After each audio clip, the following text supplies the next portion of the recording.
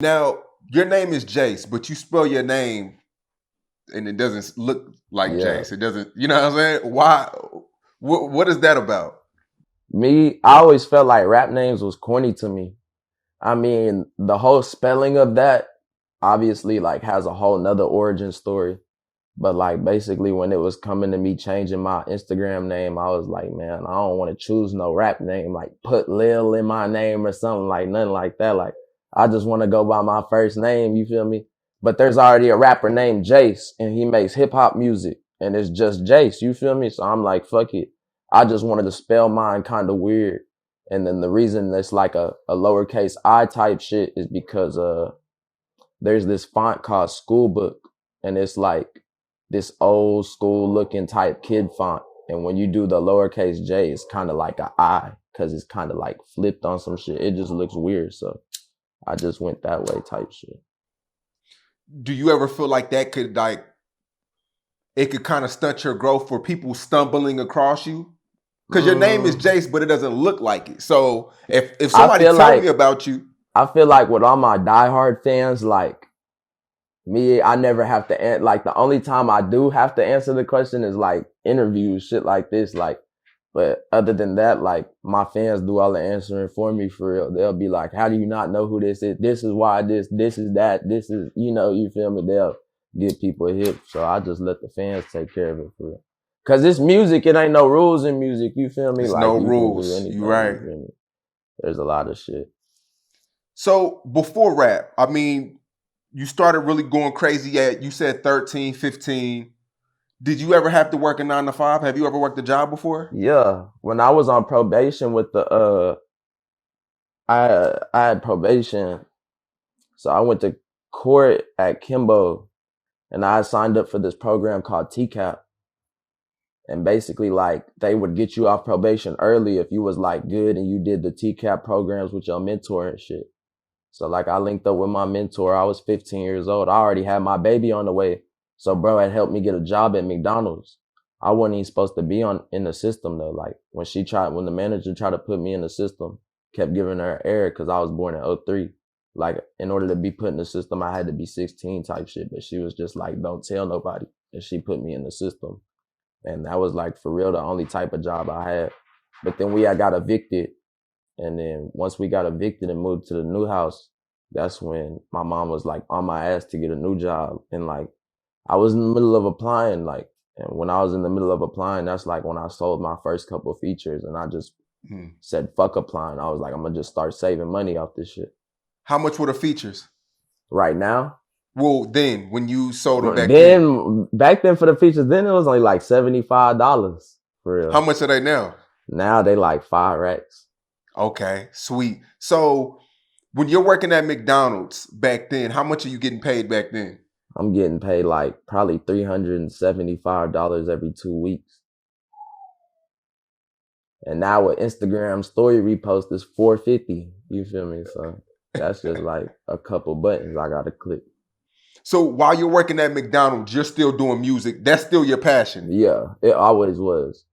It was always like my family very dysfunctional. Like feel like if an average person came and seen my family, like stay with my family for like a couple months, they'd be like, what the fuck? Like, so when my dad left, I was like 7, 8 type shit. I never really vented to my mom. I was always doing bad shit. So you're not going to go tell your mom what you doing. And basically it was like I was getting shot at, near death experiences, shit like that. All that little street shit, hothead, crash dummy, jack boy shit. And basically like, I just used music to cope with the shit. So this shit gave me like, later on in life, I was prescribed anxiety medicine, all that shit for the shit. So like, I always use music to cope with the shit, vent, rant. I ain't never really just ever ranted with my mom type shit.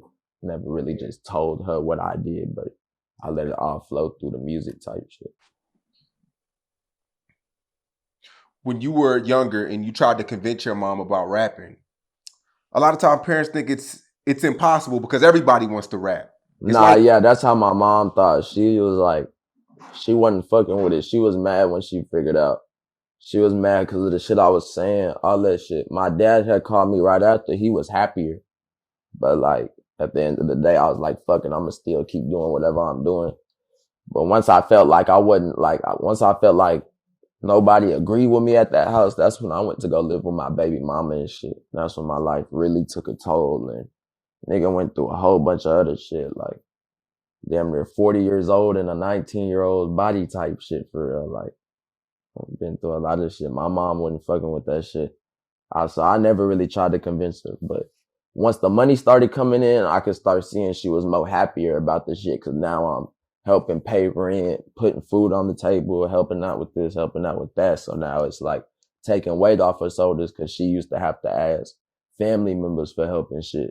And now it's like, okay, she don't have to go ask for a handout. She already got me type shit, you know?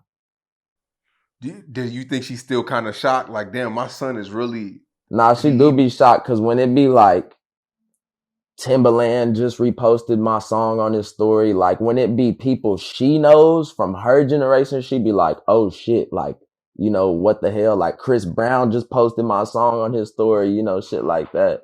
I got certain people hopping on the 556 remix. I can't say who they is right now, but like it just all shock her head, like to where she be like, damn, like this is really true. Like this ain't no, like, because sometimes it'll feel like, damn, what if, you know, what if, because even I had the thought, what if I am just another average rapper on the internet type shit, but then it's like certain milestones I'll hit and certain things I'll see, I'll be like, damn, I'm really just like that one person, like should be crazy for real. So I know she's still shocked for real. My whole family still got to be shocked. I'm still shocked. Right. Does it bother you that a lot of people, they don't know you're from the DFW? It don't really blew up so fast. You blew up so fast. It don't really bother me. What would bother me if you know, people from DFW figured out I was from there and like just automatically got to hating, because like I don't really got no beef within the DFW. I really just want to set an example. I seen so many talented young men die from my city. You know, J-Dub, you know, the brand nigga, brand, all that shit. Like I watched all that shit unfold between my eyes, all just for 15,000 followers, 10,000 Instagram followers. Like I've done have my page deleted 3 times. Like this is shit I've seen before. Like I've seen $100,000. I've seen this type of money. Like, and to everybody from there, like that is not a lot of money, and that's not a lot of followers. You feel me? Like it's a bigger picture to everything. Like, and a lot of shit I see in DFW, it'd be a lot of ego. Like, cause once I figured out my daughter was on the way and I wanted to change my life around, like niggas always wanted to judge me and shit. But like, I just said fuck it and did what I wanted to do. I feel like if a lot of niggas from DFW did that, like a lot of niggas it would be way more successful niggas. Like it's so many niggas that could be real rappers or like real producers, shit like that, cameramen, shit like that. Like I always tell niggas that want to rap, instead of dissing niggas, like just speak about what you've been through. Like we all got similar stories, you feel me? We got different ways of telling them. That's why you got to go and tell your shit a certain way, and people gonna fuck with that shit. Like, man, that's real.